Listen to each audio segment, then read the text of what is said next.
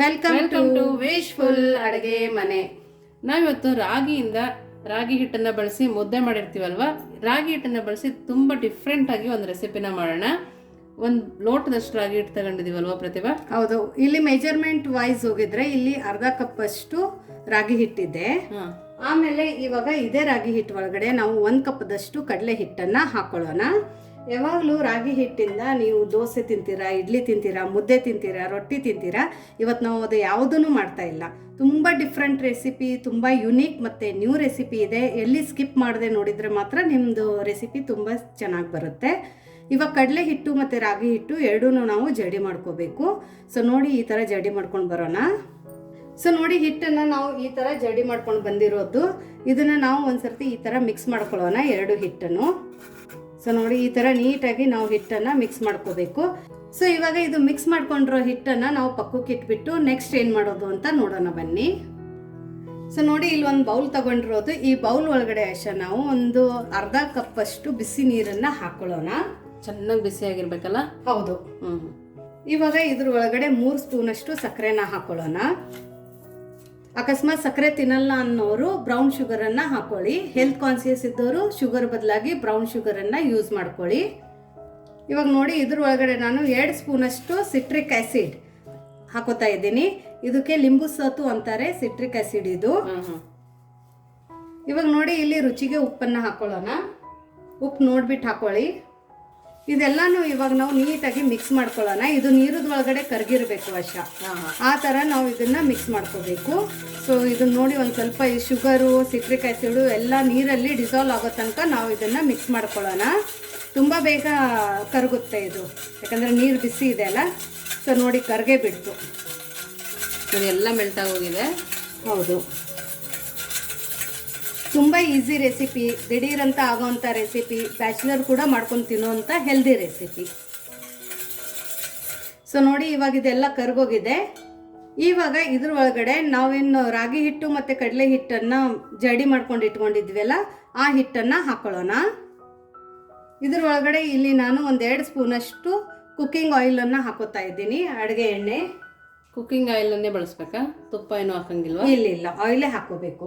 ಅದರಿಂದ ಟೆಕ್ಸ್ಚರು ತುಂಬ ಚೆನ್ನಾಗಿ ಬರುತ್ತೆ. ಸೊ ನೋಡಿ, ಇವಾಗ ಒಂದು ಸ್ವಲ್ಪ ಕೊತ್ತಂಬರಿ ಸೊಪ್ಪನ್ನು ಕಟ್ ಮಾಡಿ ಹಾಕೊಳ್ಳೋಣ. ಅದ್ರ ಜೊತೆ ಕಲರ್ ಚೆನ್ನಾಗಿ ಬರಲಿ ಅಂತ ಒಂದು ಅರ್ಧ ಸ್ಪೂನಷ್ಟು ಇಲ್ಲಿ ನಾನು ಅರಿಶಿಣದ ಪುಡಿ ಹಾಕೋತಾ ಇದ್ದೀನಿ. ಇದೆಲ್ಲನೂ ನಾವು ನೀಟಾಗಿ ಬೀಟ್ ಮಾಡ್ಕೊಳ್ಳೋಣ. ತುಂಬ ಚೆನ್ನಾಗಿ ಬೀಟ್ ಮಾಡ್ಕೊಳ್ಳಿ. ಅಕಸ್ಮಾತ್ ಬ್ಯಾಟರ್ಗೆ ನೀರು ಕಡಿಮೆ ಬಿದ್ದಿದೆ ಅಂದರೆ ಒಂದು ಸ್ವಲ್ಪ ನೀರನ್ನು ಹಾಕೊಳ್ಳಿ. ಲುಕ್ವಾರ್ಮ್ ವಾಟರ್ ಅಂದರೆ ಸ್ವಲ್ಪ, ಹೌದು, ಬೆಚ್ಚಗಿರೋ ನೀರನ್ನು ಹಾಕೋಬಹುದು. ಇದು ನೀಟಾಗಿ 1 ಸೆಕೆಂಡ್ ನಾವು ಬೀಟ್ ಮಾಡ್ಕೊಂಡು ಬರೋಣ. ಸೊ ನೋಡಿ, ಇದು 1 ನಿಮಿಷ ಆಯಿತು ನಾವು ಬೀಟ್ ಮಾಡ್ತಾ ಇದ್ದೀವಿ. ಇದನ್ನು ನಾವು 1 ಸೆಕೆಂಡಕ್ಕೆ ಪಕ್ಕಕ್ಕೆ ಇಡೋಣ ಆಶಾ. ಇವಾಗ ನೆಕ್ಸ್ಟ್ ಪ್ರಿಪ್ರೇಷನ್ ಮಾಡ್ಕೊಳ್ಳೋಣ. ಇಲ್ಲಿ ನೋಡಿ, ಇಲ್ಲಿ ಒಂದು ತಟ್ಟೆನ ತಗೊಂಡಿದ್ದೀನಿ ನಾನು. ಇವಾಗ ಈ ತಟ್ಟೆಗೆ ಒಂದು ಸ್ವಲ್ಪ ಎಣ್ಣೆನ ಒರೆಸ್ಕೊಳ್ಳೋಣ ಆಶಾ. ಫುಲ್ ತಟ್ಟೆಗೆ ಹಚ್ಕೊಬೇಕು. ನೀಟಾಗಿ ಎಣ್ಣೆನ ಹಚ್ಕೊಳ್ಳಿ. ಎಜ್ಜೆಸಕ್ಕೂ ಎಣ್ಣೆ ಹತ್ತಿರಬೇಕು.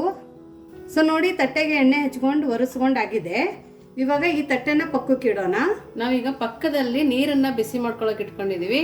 ಇವಾಗ ಇಡ್ಲಿ ಎಲ್ಲ ನಾವು ಯಾವ ಥರ ಮಾಡ್ಕೊತೀವಿ ಸ್ಟೀಮು, ಆ ಥರ ಮಾಡ್ಕೊಬೇಕು. ಹಂಗಾಗಿ ನೀರನ್ನ ಬಿಸಿ ಮಾಡಕ್ಕೆ ಇಟ್ಕೊಂಡಿದೀವಿ. ಸೊ ನೋಡಿ, ಇವಾಗ ಈ ಹಿಟ್ಟು ಒಳಗಡೆ ನಾವು ಇನ್ಸ್ಟಂಟಾಗಿ ನಾವು ಮಾಡ್ಕೊತಾ ಇದ್ದೀವಲ್ಲ ರೆಸಿಪಿ. ಸೊ ನೋಡಿ, ಇವಾಗ ಇದ್ರ ಒಳಗಡೆ ಇಲ್ಲಿ ನಾನು 1 ಟೀ ಸ್ಪೂನ್ ಅಷ್ಟು ಕುಕ್ಕಿಂಗ್ ಸೋಡಾನ ಹಾಕೋತಾ ಇದ್ದೀನಿ. ಕುಕ್ಕಿಂಗ್ ಸೋಡಾ ಹಾಕಿದ ತಕ್ಷಣ ಇಮಿಡಿಯೇಟ್ ಆಗಿ ನಾವು ಇದನ್ನ ಮಿಕ್ಸ್ ಮಾಡ್ಕೋಬೇಕು. ಸೊ ನೋಡಿ, ಹಿಟ್ಟು ಎಷ್ಟು ಚೆನ್ನಾಗಿ ಫರ್ಮೆಂಟ್ ಆಯಿತು 1 ಸೆಕೆಂಡಲ್ಲಿ ಅಂತ. ಇವತ್ತು ನಾವು ರಾಗಿ ಢೋಕಳಾನ ಮಾಡ್ತಾ ಇದ್ದೀವಿ. ತುಂಬ ಹೆಲ್ದಿ ಮತ್ತು ನ್ಯೂಟ್ರಿಷಿಯಸ್ ರೆಸಿಪಿ.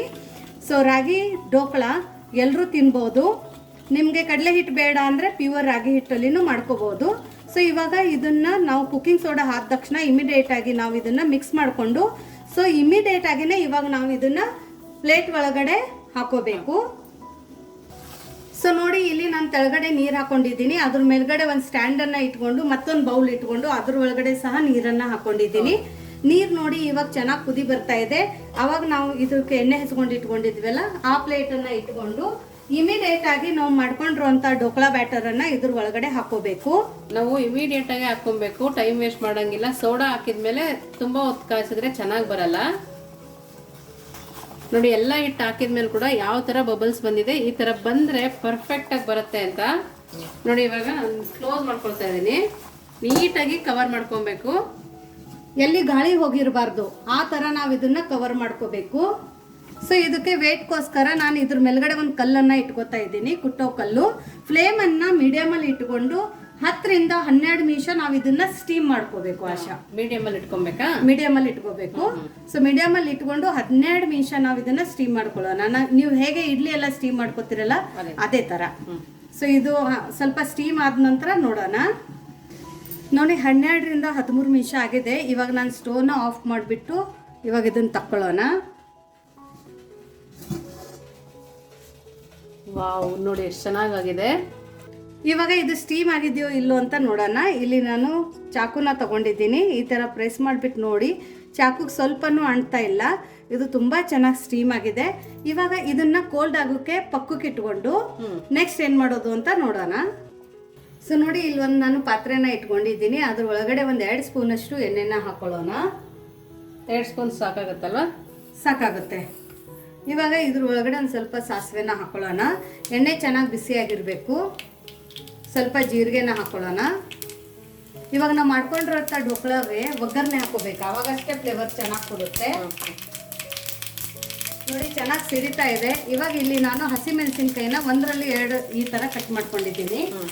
ಆ ತೊಟ್ಟನ್ನು ಸಹ ತೆಗಿಬಾರ್ದು, ಅವಾಗಲೇ ಚೆನ್ನಾಗಿರುತ್ತೆ. ಹೌದು, ಇದನ್ನು ನೀಟಾಗಿ 1 ಸೆಕೆಂಡ್ ನಾವು ಫ್ರೈ ಮಾಡ್ಕೊಳ್ಳೋಣ. ಹಸಿಮೆಣಸಿನ್ಕಾಯಿ ಕಲರ್ ಚೇಂಜ್ ಆಗೋ ತನಕ ನಾವು ಇದನ್ನು ಫ್ರೈ ಮಾಡ್ಕೋಬೇಕು. ಸೊ ನೋಡಿ, ಇವಾಗ ಹಸಿಮೆಣಸಿನ್ಕಾಯಿ ಕಲರ್ ಚೇಂಜ್ ಆಗಿದೆ. ನಾನು ಲೋ ಫ್ಲೇಮಲ್ಲಿ ಇಟ್ಕೊಂಡು ಹಸಿಮೆಣಸಿನ್ಕಾಯಿನ ಫ್ರೈ ಮಾಡ್ಕೊತಾ ಇದ್ದೀನಿ. ಇವಾಗ ಫ್ಲೇಮನ್ನು ಲೋ ಅಲ್ಲಿನ ಇಟ್ಕೊಂಡು ಇಲ್ಲಿ ನಾನು 2ರಿಂದ 3 ಸ್ಪೂನಷ್ಟು ಎಳ್ಳನ್ನು ತಗೊಂಡಿದ್ದೀನಿ. ಬಿಳಿ ಎಳ್ಳನ್ನೇ ತಗೊಂಡಿರೋದು. ಹೌದು, ಎಳ್ಳು ಹಾಕೊಳ್ಳೋದ್ರಿಂದ ತುಂಬ ಚೆನ್ನಾಗಿ ಫ್ಲೇವರು ಮತ್ತು ಟೇಸ್ಟ್ ಕೊಡುತ್ತೆ. ಸೊ ನೋಡಿ, ಇದು ಚೆನ್ನಾಗಿ ಚಟಪಟ ಅಂತ ಇದೆ. ಎಳ್ಳು ತುಂಬ ಬೇಗ ಹುರಿಯುತ್ತೆ. ಇವಾಗ ಫ್ಲೇಮನ್ನು ಲೋ ಅಲ್ಲಿ ಇಟ್ಕೊಂಡು ಇದ್ರ ಒಳಗಡೆ ನಾವು ಒಂದು ಸ್ವಲ್ಪ ನೀರನ್ನು ಹಾಕೊಳ್ಳೋಣ. ನಾವು ಇದಕ್ಕೆ ಎಷ್ಟು ನೀರನ್ನು ಸೇರಿಸ್ಕೊಬೇಕು? ನಾನು ಇಲ್ಲಿ ಅರ್ಧ ಕಪ್ಪಷ್ಟು ನೀರನ್ನು ಹಾಕೊಂಡಿದ್ದೀನಿ. ಇವಾಗ ಮತ್ತೆ ಇದ್ರ ಒಳಗಡೆ ನಾನು 2 ಸ್ಪೂನಷ್ಟು ಸಕ್ಕರೆನ ಹಾಕೋತಾ ಇದ್ದೀನಿ. ದಪ್ಪ ಸ್ಪೂನಿಂದ 2 ಸ್ಪೂನು, ಚಿಕ್ಕ ಸ್ಪೂನಿಂದ ಹಾಕೊಂಡಿದ್ರೆ 3ರಿಂದ 4 ಸ್ಪೂನ್ ಹಾಕೊಳ್ಳಿ. ಇವಾಗ ಇದಕ್ಕೆ ಸ್ವಲ್ಪ ಉಪ್ಪನ್ನು ಹಾಕೊಳ್ಳೋಣ. ನೀರಿಗೆ ಎಷ್ಟು ಉಪ್ಪು ಬೇಕು ಅಷ್ಟೇ ಹಾಕೊಳ್ಳಿ, ಯಾಕಂದರೆ ಆಲ್ರೆಡಿ ಢೋಕ್ಳಲ್ಲಿ ನಾವು ಉಪ್ಪನ್ನು ಹಾಕೊಂಡಿದ್ದೀವಿ. ಇದನ್ನು ಚೆನ್ನಾಗಿ ನಾವು 1 ನಿಮಿಷ ಕುದಿಸ್ಕೋಬೇಕು. ಸೊ ನೋಡಿ, ಇದು ತುಂಬ ಚೆನ್ನಾಗಿ ಕುದ್ದಿದೆ. 1 ನಿಮಿಷ ಆಗಿದೆ. ಇವಾಗ ಫ್ಲೇಮನ್ನು ಆಫ್ ಮಾಡ್ಕೊಳ್ಳೋಣ. ಫ್ಲೇಮನ್ನು ಆಫ್ ಮಾಡಿಕೊಂಡು ಇವಾಗ ನೆಕ್ಸ್ಟ್ ಏನು ಮಾಡೋದು ಅಂತ ನೋಡೋಣ. ಸೊ ನೋಡಿ, ಇವಾಗ ಢೋಕ್ಳಾ ತಟ್ಟೆ ಫುಲ್ ಕೋಲ್ಡ್ ಆಗಿದೆ. ಎಷ್ಟು ಸ್ಪಾಂಜಿ ಆಗಿದೆ ನೋಡಿ, ತುಂಬ ಚೆನ್ನಾಗಾಗಿದೆ. ಇವಾಗ ಫಸ್ಟ್ ನಾವು ಇದನ್ನು ಕಟ್ ಮಾಡ್ಕೊಳ್ಳೋಣ. ತುಂಬ ಚೆನ್ನಾಗಿ ಉಬ್ಬಿ ಕೂಡ ಉಬ್ಬಿದೆ. ಹೌದು, ನಿಮಗೆ ಯಾವ ಥರ ಬೇಕೋ ಆ ಥರ ನೀವು ಇದನ್ನು ಕಟ್ ಮಾಡ್ಕೊಳ್ಳಿ. ಸೊ ನಾನು ಇದನ್ನು ಕಟ್ ಮಾಡ್ಕೊಂಡು ಬರ್ತೀನಿ. ನೋಡಿ, ಎಲ್ಲದನ್ನು ಕಟ್ ಮಾಡ್ಕೊಂಡಿದ್ದೀವಿ. ಇದು ಸೈಡಿಂದನೂ ಸಹ ನಾವು ಈ ಥರ ಲೂಸ್ ಮಾಡ್ಕೋಬೇಕು. ಸೊ ನೋಡಿ ಎಷ್ಟು ಚೆನ್ನಾಗಾಗಿದೆ ಅಂತ. ಸೊ ನಾವಿಲ್ಲಿ ಏನು ನೀರನ್ನು ಮಾಡ್ಕೊಂಡು ಇಟ್ಕೊಂಡಿದ್ವಲ್ಲ ಆಶಾ, ಇದ್ರೊಳಗಡೆ ಒಂದು ಸ್ವಲ್ಪ ಕೊತ್ತಂಬರಿ ಸೊಪ್ಪನ್ನು ಹಾಕ್ಕೊಂಡು ನೀಟಾಗಿ ಮಿಕ್ಸ್ ಮಾಡಿಕೊಂಡು ಇವಾಗ ನಾವು ಈ ಢೋಕ್ಳಾ ಮೇಲ್ಗಡೆ ಬಿಸಿ ಬಿಸಿ ನೀರನ್ನು ಹಾಕೊಳ್ಳೋಣ. ಈ ನೀರನ್ನು ಹಾಕ್ಬಿಟ್ಟು ಆಶಾ ನಾವು ಒಂದು 10ರಿಂದ 15 ನಿಮಿಷ ಇದಕ್ಕೆ ಹಾಗೆ ಬಿಡಬೇಕು. ಅವಾಗ ಇದು ಚೆನ್ನಾಗಿ ನೀರನ್ನು ಎಳ್ಕೊಳ್ಳುತ್ತೆ. ನೀರು ತಣ್ಣಗಾದ್ಮೇಲೆ ಹಾಕ್ಬೇಕು, ಬಿಸಿ ಬಿಸಿನೇ ಹಾಕೋಬೇಕು? ಬಿಸಿದೇನೆ ಹಾಕೊಳ್ಳೋಣ. ಸೊ ನೋಡಿ, ಸೊ ಇವಾಗ ನಾವು ಇದನ್ನ ಒಂದು 10ರಿಂದ 15 ನಿಮಿಷ ಹೀಗೆ ಬಿಟ್ಕೊಂಡು ಆಮೇಲೆ ನೋಡೋಣ. ಸೊ ನೋಡಿ, 15 ನಿಮಿಷ ಆಗಿದೆ. ಇದನ್ನ ನಾವು ಈ ತರ ತಕ್ಕೊಳ್ಳೋಣ. ತುಂಬಾ ಚೆನ್ನಾಗಿ ಬಂದಿದೆ ನೋಡಿ, ಸೂಪರ್ ಆಗಿ ಬಂದಿದೆ ನೋಡಿ, ಎಷ್ಟು ಚೆನ್ನಾಗಿ ಫ್ಲಫಿಯಾಗಿ ಬಂದಿದೆ. ಇದನ್ನ ಸರ್ವ್ ಮಾಡಿ ತೋರಿಸ್ತೀನಿ. ಸೊ ನೋಡಿ, ನಮ್ದು ಬಿಸಿ ಬಿಸಿ ಢೋಕ್ಳಾ ರೆಡಿ ಆಗಿದೆ. ರಾಗಿ ಢೋಕ್ಳಾ. ರಾಗಿ ಢೋಕ್ಳಾ ಅಂದ್ರೆ ಯಾರು ನಂಬಲ್ಲ, ಅಷ್ಟು ರುಚಿಯಾಗಿರುತ್ತೆ. ತುಂಬ ಚೆನ್ನಾಗಾಗಿದೆ, ತುಂಬ ಫ್ಲಫಿ, ಕೈಯಲ್ಲಿ light weight, juicy juicy. So ನೋಡಿ, ಇದ್ರ ಜೊತೆ 2 ಮೆಣಸಿನ್ಕಾಯಿನ ಇಡೋಣ. ಸೊ ಇವಾಗ ಈ ರಾಗಿ ಢೋಕ್ಳಾ ಜೊತೆ ಇಲ್ಲಿ ನಾನು ಕೆಚಪನ್ನು ಸರ್ವ್ ಮಾಡ್ತಾ ಇದ್ದೀನಿ. ನೀವು ಬೇಕಂದರೆ ಇಲ್ಲಿ ಪುದೀನ ಚಟ್ನಿನೂ ಸಹ ಸರ್ವ್ ಮಾಡ್ಕೋಬೋದು. ಪುದೀನ ಚಟ್ನಿ ಜೊತೆನೂ ತುಂಬ ಚೆನ್ನಾಗಿರುತ್ತೆ. ಇದು ನಮ್ಮದು 15 ನಿಮಿಷಲ್ಲಿ ಇನ್ನೂ ತುಂಬ ಕೋಲ್ಡ್ ಆಗಿಲ್ಲ, ಸ್ವಲ್ಪ ಬಿಸಿನೇ ಇದೆ. ಸೊ ಇದನ್ನು ನೀವು ಚೆನ್ನಾಗಿ ತಿನ್ಕೋಬೋದು. ಸೊ ನೋಡಿ ಎಷ್ಟು ಸಾಫ್ಟ್ ಆಗಿದೆ ನೋಡಿ, ಇಲ್ಲಿ ಎಷ್ಟು ಫ್ಲಫಿ ಆಗಿದೆ. ನಾನು ಕಟ್ ಮಾಡಿ ತೋರಿಸ್ತೀನಿ. ಒಳಗಡೆ ಲೇಯರ್ ಕೂಡ ತುಂಬಾನೇ ಚೆನ್ನಾಗಿ ಬಂದಿದೆ. ಎಷ್ಟು ಚೆನ್ನಾಗಿ ಬಂದಿದೆ ನೋಡಿ. ಇದನ್ನು ನೋಡೋ ಶಕ್ತಿಯಿಂದ ಹೆಂಗಿದೆ ಅಂತ ಕೆಚಪ್ ಜೊತೆ. ತುಂಬಾನೇ ಟೇಸ್ಟಿ ಆಗಿದೆ. ಎಳ್ಳು ಕೂಡ ಕ್ರಂಚಿಯಾಗಿ ಸಿಗ್ತಾ ಇದೆ, ಸಾಫ್ಟ್ ಆಗಿದೆ, ತುಂಬಾ ಟೇಸ್ಟಿ ಆಗಿದೆ. ತುಂಬ ಸಖತ್ತಾಗಿದೆ, ತುಂಬ ಅಂದರೆ ತುಂಬ ಸಖತ್ತಾಗಿದೆ. ಸೊ ನೋಡಿ ಎಲ್ಲ ಡೊಕ್ಕಳನು ಅದೇ ಥರ ಆಗಿದೆ, ಸ್ಪಾಂಜಿ ಅನ್ನಿಸ್ತಾನೆ ಇಲ್ಲ. ಇದು ನಾವು ರಾಗಿಯಿಂದ ಮಾಡಿದ್ದೀವಿ ಅಂತ ಅನ್ನಿಸ್ತಾ ಇಲ್ಲ, ಅಷ್ಟು ಚೆನ್ನಾಗಿದ್ರೆ ಟೇಸ್ಟ್ ಆಗಿದೆ. 100% ಪರ್ಫೆಕ್ಟ್ ರೆಸಿಪಿ. ಸೊ ರಾಗಿಯಿಂದ ನೀವು ಈ ಥರ ಒಂದು ರೆಸಿಪಿನ ಮಾಡ್ಕೊಂಡು ತಿನ್ನಿ. ಇವನ್ ಮಕ್ಕಳಿಗೂ ಲಂಚ್ ಬಾಕ್ಸಿಗೆ ಮಾಡಿಕೊಡಿ, ತುಂಬ ಇಷ್ಟಪಟ್ಟು ತಿಂತಾರೆ. ಈ ಥರ ಡೊಕ್ಕಳನ ಮಾಡಿಬಿಟ್ಟು ನೀವು ಫ್ರಿಜ್ಜಲ್ಲಿ ಇಟ್ಬಿಟ್ಟು ಮಾರ್ನಿಂಗ್ ಮಕ್ಕಳಿಗೆ ಬಾಕ್ಸಿಗೂ ಪ್ಯಾಕ್ ಮಾಡಿ ಕೊಡ್ಬೋದು. ಹೌದು. ಸೊ ನಿಮಗೆ ಈ ರೆಸಿಪಿ ಹೇಗೆ ಅನ್ನಿಸ್ತು ಅಂತ ಕಮೆಂಟ್ ಮೂಲಕ ತಿಳಿಸೋದನ್ನು ಮರಿಬೇಡಿ.